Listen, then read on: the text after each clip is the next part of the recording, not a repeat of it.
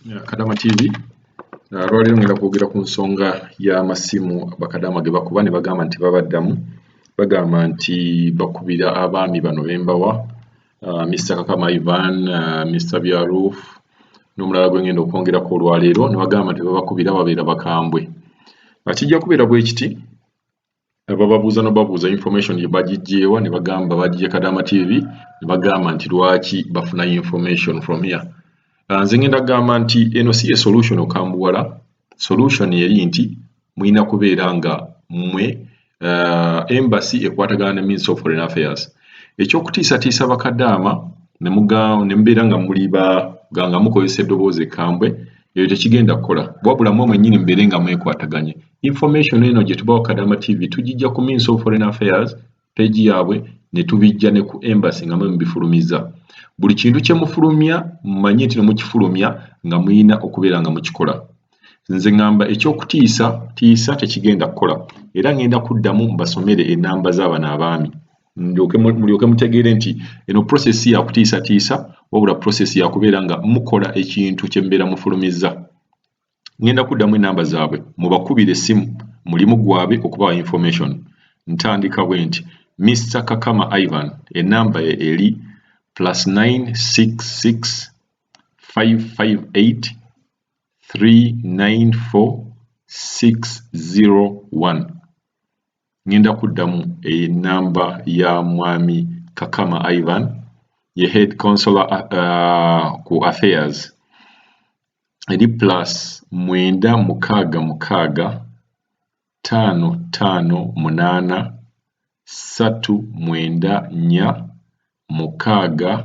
601. Oyo mwami Kakama Ivan. Buli muntu yenna ayina ekibuuzo ekikwatagana n'okutambula n'ennyonyi ezibeera cancelled mubuuze oyo omwami. N'omulala omwami gwe musobola okubeera mukubira coordinator wa repatriation ddala abaana ab'e Jordan ye Mr. Rami. Ennamba ye eri +962 785 054 141. Ngenda kugiddamu ennamba ya Rami ddala abaana ab'e Jordan eri +962 785 054 141. Waliwo ne mwami Byaroof mbawa nnyo ennamba ye. Mwami Byaroof ennamba ye nayo kangi basomere mubeere nga mugiyina. Be bano abantu abakwataganyizibwako n'ebyo ebintu abalina okubeera nga babawa information ku nnyonyi. Era bwe mubakubira tebalina kubeera nga babakambuwalira. Muyina kubeera nga kati mwami Kakama, mwami Byaroof muyina kubeera nga muteekawo platform emanyisa bakadaama biki ebigenda mu maaso. Naye ffe buli we tunaafunanga information okuva ku Ministry of Foreign Affairs tugenda kugisomanga bweri. Ebintu bino tubyowanga Kadama TV wabula mmwe wennyini mwe mubifulumya. Ennamba endala y'eno ya mwami Byaroof head of mission +966 547 111 665. Ngenda kugiddamu eri +966 547 665. Ekyokutiisa bakadaama babakubira ne mubagamba ebintu mubijjeewa ne bagamba tubijje Kadama TV ne mugamba lwaki mubikkiriza. Eyo si ye solution. Lwa nsonga nti ebintu bye tubawa ku Kadama TV tubeera tubijje ku page ya Ministry of Foreign Affairs. Buli kintu kye tubawa Kadama TV tubeera nga tulina source era ne tubuulira source. Era singa bakadaama baali tebabikkirizaamu baali badde ng'olwedde bo beeyogerera kuba bagenda okucekinga ku kye tubagambye, bagenda okucekingayo nga ku page ya Ministry of Foreign Affairs gyekiri. Ne tubabuulira n'ennyonyi twabagamba nti Emirates esasulira quarantine ne tubagamba mugende mubijje wano ne bwe muti. Ne tubagamba COVID test za bwereere era ne tubabuulira wa gye tujja amawulire ago.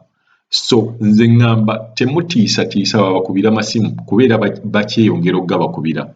Mmwe mwennyini mwe mugateeka nayo essimu zammwe kati ndi wano ku page ya Ministry of Foreign Affairs nga mwogera ku flight ye Jordan ey'olwaleero nga mwami Kakamayi bano otaddeyo enamba yo ne mwami Rami enamba zammwe kwe ziri ku Ministry of Foreign Affairs. So buli information enefulumiranga ku Foreign Affairs tugenda gisoma. Buli information gye munafulumiranga ku embassy tugenda gisoma. Mmwe mwennyini mwekwate buli munafulumya information yenfu bakadama bagenda kubabeerako naffe tugenda kubabeerako. Solution yokka eri kubeera nga mufulumya ebintu ebituufu. Kati akazito nze ndaba nti bakadama bangi abavuddeyo ne boogera kati mu kifo ky'okubeera nga mu bufuula busungu mufune kyakuyiga mumanye nti buli bwe twogera ekintu tulina okukikola. Buli bwe munaavangayo ne mufulumya statement nti nga 25 nga 20 tugenda kuyamba bakadama ab'e Jordan ab'e Oman naffe tugenda kukibawa. Kino ekintu y'engeri yokka gye tujja okusobola okubeera nga tudiiringa nammwe. Tulina okudiiringa nammwe mu ngeri nti buli kye mwogera tulina okukiteeka ku mpewo abaana ne bakiwulira. Kasita kikyankalanamu ne kizunga tulina okukomawo ne tubabuuza lwaki kyazunze. So mu kifo ky'okubufuula obusuulu ne mugamba temwabijjeewa temwakoze mutya omuntu bw'akunnyonnyola nti awadde bwe kiti munnyonnyole nti okay twali tugambe bwe tuti ne waliwo enkyukakyuka eyazzeewo kyekibeera kisinga. Ne buli omugamba mwabijjeewa lwaki mubikkiriza banakkiriza ki? Nze njagala obeere nti gwe kakati mwe baami mmwe singa mmwe bakadaama n'ogenda ku Ministry of Foreign Affairs yeekwatagana n'abantu abayingira ne bagamba nti nga 25 tugenda kubanona. Nange ne ntandika ne kinyingira mu mutwe ne mugenda n'okubuukinga ticket ne zibeera nga zigenda kubeera nga ziri booked 25. Mwe kenyini ne mutavaayo statement. Nze ngamba mulina data amala okubeera nga mucheckinga ku Ministry of Foreign. Kuba Ministry of Foreign Affairs ye boss wammwe. Buli lunaku mucheckinge ngayo. Bwe mulaba information eriyo nga nfu mujje wano Kadama TV mugambe nti bana information eyo gimalayo ku Ministry of Foreign Affairs temukigenderako. Nemwe mwekubemu ekifaananyi singa mwe bakadaama ne mufuna information ng'eno ne watavaayo muntu agiwakanya. Date neyitako ale ne muvaayo ne mukambwa ne bakubira essimu nga mukambula. Si solution. Solution ya kino ekintu kubeera nga mwogera bulungi ne bakadaama kubeera nga mugenda ku Ministry of Foreign Affairs bweteekayo ekintu ekifu mukiwakanyizeewo tubeere nga tukituusa ku bakadaama. Tujja kubeera nga tugamba bakadaama nti bannaaye embassy egambibwe bwe bati. Kuba nze ngamba nti muli bantu babiri bosi wo kiringa nze bwe naabeera ne bosi wange n'ambuulira ekintu aye nenveera ate nange ne njogera kirala aye ne bankubira essimu ne ngamba bosi wange kyayogera nti no kikyamu. Buli information gye tufulumya Kadama TV ebeerako ne source. Ky'oba olaba nga tutandika okubagawa information tugamba nti olwaleero olunaku bwe luti Ministry of Foreign Affairs efulumizza ekintu bwe kiti era kiri ku page yaabwe. Kadama agendayo n'acekinga nga kitogera kyekyo. Ne tugamba embassy yafulumizza amannya beegati. Era Kadama agenda okugendayo nga kyekiriyo. Ky'oba olaba nga mubagamba lwaki bakkiriza bye twogera naye bo bamanyi nti bye twogera bye byo kuba olwedde babeera bamanyi ne evidence nti mukoze eki mu byogedde. Kuba kati ngaffe tetulina ngeri gye tusobola kufunamu list y'abaana bagenda ng'okugyayo nga mugifulumizza. So njagala mukwatagana ne Ministry of Foreign Affairs buli kintu ekinaabeeranga kifulumye nga kikyamu muvengayo mangu mugambe nti kikyamu ate kyemmanyi kimutasobola lwa nsonga bali be bakama bammwe. Era bwe mbeera mumanyi nti no bwe bafulumiza temuyinaako ngeri gye mukyogerako then muveeyo mugambe nti banaye bali be bakama baffe date gye bateekayo naffe gye tulina okugenderako naye waliwo ekyakyuseemu. Omanyi mistakes are to human.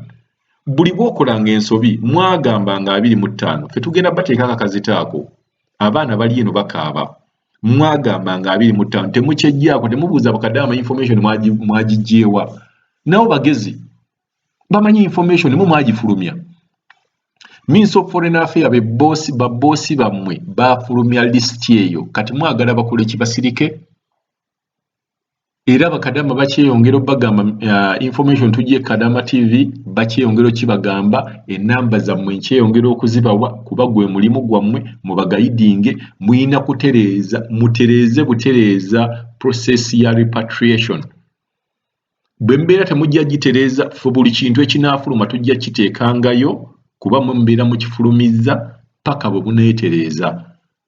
buli lunaku mufunengayo obudde mugende ku Ministry of Foreign Affairs page yaabwe kuba nawano ndaba amanya gammwe kwegali kyemanyi mugendayo buli information bwefuluma bweti bwe pap muveeyo mugiwakanye fera tujja kubateerayo tetuyina buzibu nammwe obuzibu bwe tuyina kubeera nga bakadaama bavaayo ne boogera ne babboosi baabwe ne bategeka ate olumala ne mubayiwa ate mumala okuyiwa ennyonyi eyo ne mwekaza mbu ate information mwagijjeewa mulowooza mudiringa n'abaana bato bo tebategeera bamanyi information bagijjeewa fe wano Kadaama TV twongera bwongezi nti waliwo abaana abatamanyi kusoma ne tusoma kiki ekibeera kye tufindinze ku page yammwe oba ku page ya Foreign Affairs kuba waliwo bakadaama abatamanyi kusoma ng'ajja kubirabaawo naye nga tamanyi bisoma kuba bakadaama bangi abampeereza wano message oli n'abeera nga bamugambye nga bwe nabo example ne mbagamba nti waliwo gwe baabuuza email account n'agamba ate lwaki bansaba bank account yange embassy lwaki eginsaba nga tategedde kati omulimu ffe gutukola gw'amaanyi nnyo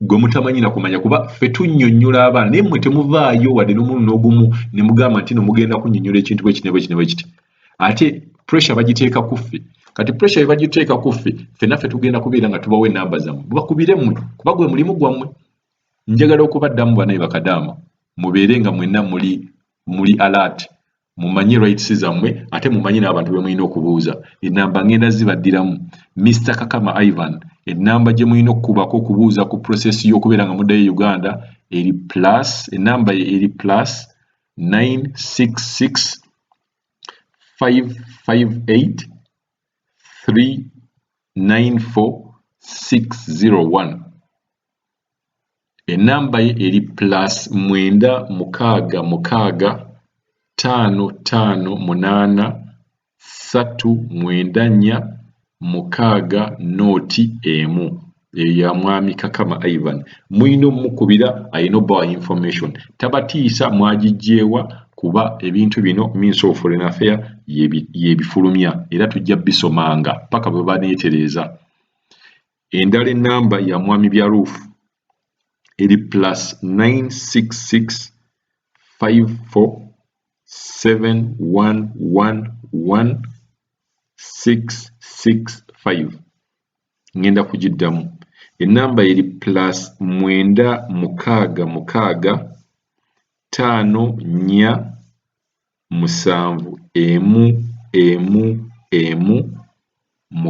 665 then specifically ku baana b'e Jordan coordinator wamwe Mr. Rami enamba ye eri plus 966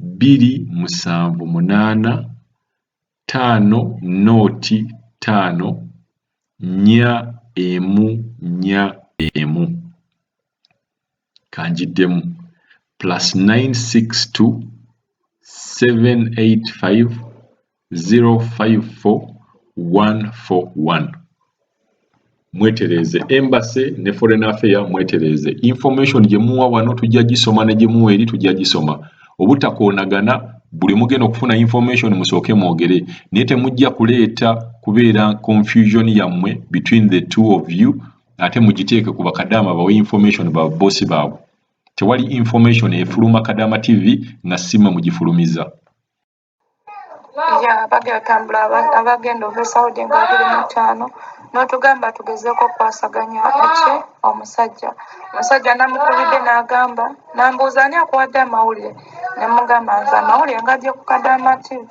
omwami oyo agatuwadde n'agamba temukkiririza mu bya Kadaama TV si bituufu ye lwaki mubikkiriza mulaki temutubuuza ffe nga mukambwe nnyo warahmatullahi wabarakatu Mr. Kadaama TV nkulamusizaako mukwano gyebaleko gy'okwasaganyako kakati mukwano nze nyiza kwogera ku nsonga y'ennyonyi banange abasajja ba embassy abakola arrangement y'ennyonyi lwaki temutuula ne mukola arrangement entuufu okusinga okukansolinga everything abaana tweteekateeka dda buli kimu nga tukipulaninze nga bwe mwatusindikira mwasooka ne mutusindikira leeta eyasooka nga mulaga nti kuliko ab'e Bahrain kuliko ab'e Jordan kuliko ab'e Kuwait era ne muteekako naki n'omuwendo gwa ssente eza tiketi ne tugamba tujja kuziwa naye bannange jjo nakubidde omwami essimu ku namba z'essimu ze watuwa. Namukubidde nga mubuuza arrangement yawa ye Bahrain nga mubuuza. N'agamba Bahrain mbuobuzibu balina kweti eganye okuddamu gundi confirmation letter yawe. Bannaye bwe banga kweti eganye okwanukula mugatte Bahrain n'ensi endala kubanga kiwaabwe bwe baba bayite Bahrain bayitirako nawa bayitirako ne Dubai. Kati muddire ku zino ennyonyi ezigenda okuva e Dubai kuba Dubai mugiwadde omukisa mungi mu guno omwezi gwennyini. Lwaki temuddira ne mugatta ne mugera ne mugyayo ab'e Bahrain ne mugyayo ab'e Bahrain ne mubagatta n'ab'e Dubai lutwesembayo.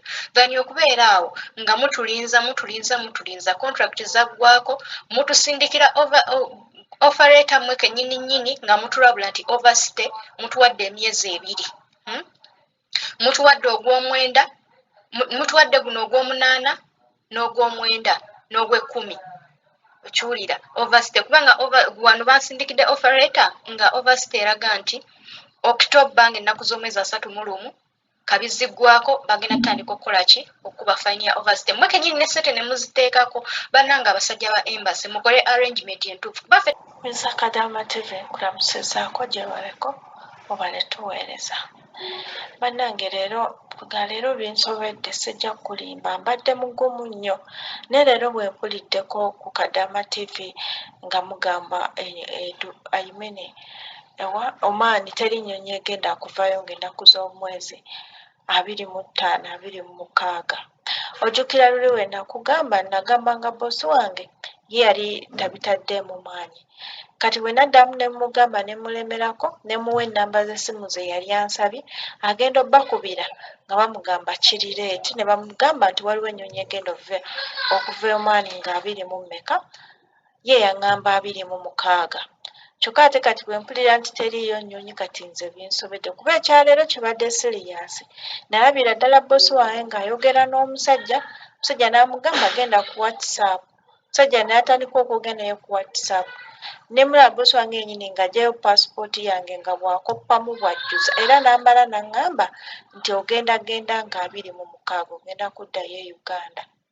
Era n'eggulo baleese omukozi wali wano ewaka.